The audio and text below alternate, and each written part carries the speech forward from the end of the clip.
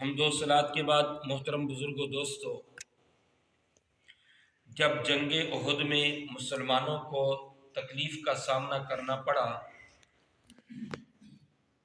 تو منافقوں نے بطور اعتراض کے یہ بات بولی، اور مسلمانوں نے، کمزور مسلمانوں نے بطور تعجب کی یہ بات بولی کہ ہم مسلمان ہیں، یہ کافر ہم اللہ کے لیے لڑنے کے لیے آئے ہیں، یہ بتوں کے لیے لڑنے کے لیے آئے ہیں، ہم میں نبی پاک علیہ السلام موجود ہیں، پھر ہم مغلوب کیوں ہو گئے، یہ غالب کیوں ہو گئے، ہمیں تکلیف کیوں اٹھانا پڑی، یہ کیوں ہم پہ طاقتور ہو گئے۔ اللہ رب العالمین نے ارشاد فرمایا کہ یہ تمہاری اپنی وجہ سے ہے۔ پہلی بات تو یہ ہے، یہ تمہاری اپنی وجہ سے ہے، اور رب العالمین نے یہ فرمایا کہ تم بھی تو ان کو دگنی تکلیف پہنچا چکے ہو۔ اس آیت میں ان کے اعتراض کا ذکر ہے اور ساتھ جواب کا ذکر ہے۔ رب العالمین نے فرمایا یہ تمہاری اپنی طرف سے ہے۔ وہ کیسے؟ کہ تم نے ہی نبی پاک علیہ السلام کو مشورہ دیا تھا کہ جنگ مدینہ شہر سے باہر نکل کے لڑتے ہیں، تم نے ہی نبی پاک علیہ السلام کے حکم کی مخالفت کی کہ درہ چھوڑا، جس کی وجہ سے یہ حالات بنے۔ اور پھر ایک تیسری وجہ بھی مولا علی شیر خدا رضی اللہ تعالیٰ عنہ کی حدیث ہے، بیان کی گئی کہ جنگ بدر میں تم نے 70 کافر مارے اور 70 کافروں کو ایک قیدی کیے۔ تو اس وقت اللہ رب العالمین نے جبریل امین سے فرمایا کہ آپ جائیں میرے محبوب کو فرمائیں کہ آپ اپنے صحابہ کرام کو اختیار دے دیں، اگر چاہیں تو ان قیدیوں کو قتل کر دیں، اگر چاہیں تو ان سے فدیہ لے لیں، لیکن اگر فدیہ لیں گے تو آئندہ جنگ میں ان کے بھی 70 بندے مارے جائیں گے، 70 شہید ہوں گے۔ اب نبی پاک کے صحابہ کرام کی جان نثاری اور وفاداری اور اسلام کے ساتھ سچی محبت کو دیکھیں۔ انہوں نے عرض کی یا رسول اللہ ہم تو شہادت کے منتظر ہیں، آپ ان سے فدیہ لیں، ان کے فدیے سے ہم اسلام کی حمایت میں جنگ لڑیں گے، اور ہو سکتا ہے جن سے ہم فدیہ لیں بعد میں یہ مسلمان ہو جائیں۔ یہ ان کے دل میں اسلام کا جذبہ دیکھیں، ہم تو ویسے ہی شہادت کے منتظر ہیں۔ اس آیت میں اللہ رب العالمین نے انہی باتوں کو بیان فرمایا اولما اصابتکم مصیبت، کیا جب تمہیں کوئی مصیبت پہنچی تو قد اصبتم مثلیہا، تو تم اس سے دگنی ان کو پہنچا چکے ہو۔ قلتم انا ھذا، تو تم کہنے لگے یہ کہاں سے آ گئی۔ قل ھو من عند انفسکم، میرے حبیب آپ فرما دیجئے یہ تمہاری اپنی جانب سے ہے۔ ان اللہ علی کل شیء قدیر، بے شک اللہ ہر چیز پر قدرت رکھنے والا ہے۔ اس قدرت میں اللہ رب العالمین نے ڈرانا بھی مقصود ہے، امید دلانا بھی مقصود ہے۔ دیکھا تم نے جنگ بدر میں تم 313 تھے، اللہ نے تم کو فتح عطا فرمائی۔ جنگ احد میں تمہاری تعداد زیادہ تھی، پھر اس کے باوجود تمہیں زحمت کا سامنا کرنا پڑا۔ تو معلوم کر لو کہ اللہ ہر شے پر قادر ہے، جو وہ چاہتا ہے وہ کرتا ہے، پہلی بات۔ دوسری بات یہ کہ ان اللہ علی کل شیء قدیر، اللہ ہر چیز پر قدرت رکھنے والا ہے، وہ آئندہ تمہیں فتح عطا فرمائے گا، آئندہ تمہیں کافروں پہ جو ہے بھاری کرے گا، پھر تم خوش ہو جاؤ گے۔ اس آیت میں رب کائنات نے امید دلائی۔ معلوم یہ ہوا، دیکھو رب نے فرمایا تم نے ان کے دگنے بندے مارے، کافروں پھر بھی وہ لڑنے کے لیے آگے، تم نے ان کے دگنے بندے مارے پھر بھی وہ لڑنے کے لیے آگے۔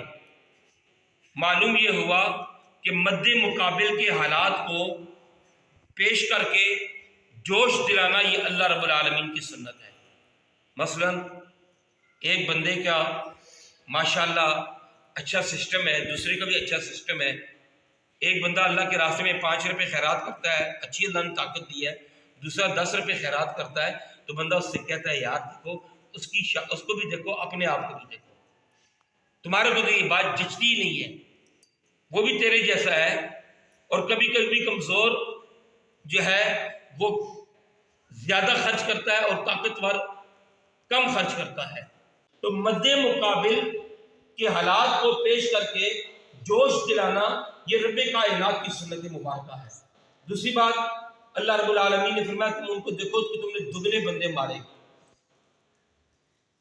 اپنے سے بدترین کو دیکھو، اپنے سے کمزور کو دیکھو، اس سے تمہیں تسلی ملے گی۔ میرے اور آپ کے ہاتھ پاؤں سلامت ہیں، ان کو دیکھو جو چل نہیں سکتے۔ میرے اور آپ کے ہاتھ پاؤں سلامت ہیں، ان کو دیکھو جو پکڑ نہیں سکتے، جن کے ہاتھ کام نہیں کرتے۔ فرمایا گیا اپنے سے کمزوروں کو دیکھو، اس سے بندے کے دل کو تسلی ملتی ہے اور بندے کی زبان شکر ادا کرتی ہے۔ یا بندہ اپنے سے دنیا میں کمزور کو دیکھے، اس سے زبان شکر کی ملے گی، اور دین میں اپنے سے اوپر کو دیکھے، یار ماشاءاللہ اللہ کا ولی ہے، عالم دین ہے، کاش کہ میں بھی ہوتا، جس طرح یہ دین کی خدمت کرتا ہے میں بھی کرتا، جس طرح یہ نوافل پڑھتا ہے میں بھی پڑھتا، جس طرح یہ نفلی روزے رکھتا ہے میں بھی رکھتا، جس طرح یہ قرآن کی تلاوت کرتا ہے میں بھی کرتا۔ دین میں اپنے سے اوپر والوں کو دیکھو اور دنیا میں اپنے سے نیچے والوں کو دیکھو۔ اس آیت میں اللہ رب العالمین اپنے محبوب کے صحابہ کرام کی دلجوئی فرما رہا ہے۔ کوئی مسئلہ نہیں، اگر تمہیں کوئی تکلیف پہنچی ہے تو تم ان کو بھی تکلیف پہنچا چکے ہو اور ان کو ڈبل پہنچا چکے ہو، تو یہ ہوتا رہتا ہے۔ آئندہ تمہیں اللہ رب العالمین فتح عطا فرمائے گا۔ آج لوگ نبی پاک کے صحابہ کرام پر طعن و تشنیع کرتے ہیں، انہیں دیکھنا چاہیے کہ اگر ان سے کوئی ایسی بات سرزد ہو جاتی ہے، رب کائنات ان کی تسلی فرماتا ہے، ان کی دلجوئی فرماتا ہے۔ اور علماء کرام فرماتے ہیں، صوفیاء کرام فرماتے ہیں، بندے ہیں تین قسم کے، آپ بھی دیکھتے ہو میں بھی دیکھتا ہوں۔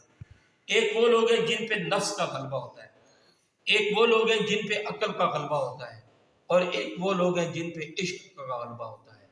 نفس کا غلبہ جن پر ہوتا ہے نا، وہ کوئی کام نہ بھی کرے کہتے ہیں ہماری تعریف ہوتی رہے، واہ جی واہ ماشاءاللہ یہ بڑے اچھے آدمی ہیں، یہ بڑے کام کے آدمی ہیں، کرتا کچھ بھی نہیں ہے۔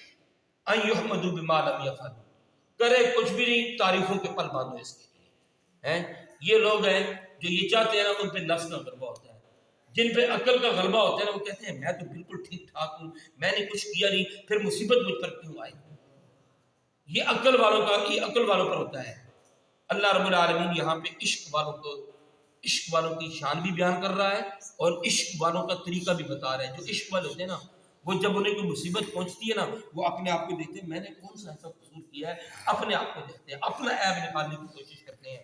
رب تو کرم ہی فرماتا ہے، رب تو مہربانی ہی فرماتا ہے، یہ مجھ پر کیوں آئی، یہ کیا وجہ ہے، اپنے عیب نکالنے کی کوشش کرتا ہے۔ یہ عشق والوں کا کام ہے، جو اپنا قصوروار اپنے آپ کو ٹھہراتے ہیں، اللہ کی ذات کو نہیں ٹھہراتے، بندوں کو نہیں ٹھہراتے، اپنے آپ کو کوئی بھی تکلیف پہنچتی ہے، مصیبت پہنچتی ہے، اپنے آپ کو قصوروار ٹھہراتے ہیں کہ میں نے کون سا غلط کام کیا جس کی وجہ سے مجھ پر یہ مصیبت آئی۔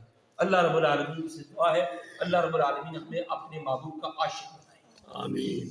ہم منہ سے تو بولتے ہیں عاشق عاشق، عاشق اس کو نہیں کہتے، دعا کرو رب سے اپنے محبوب کا عشق مانگو، یا اللہ ہمیں اپنے محبوب کا عاشق بنا، اپنی ذات کا عاشق بنا، اپنے دین کا عاشق بنا، بزرگوں کا ادب و احترام نصیب فرما، بڑوں کا ادب، چھوٹوں پر شفقت نصیب فرما۔ اللہ پاک سے دعا ہے اللہ پاک عمل کی توفیق عطا فرمائے۔ وآخر دعوانا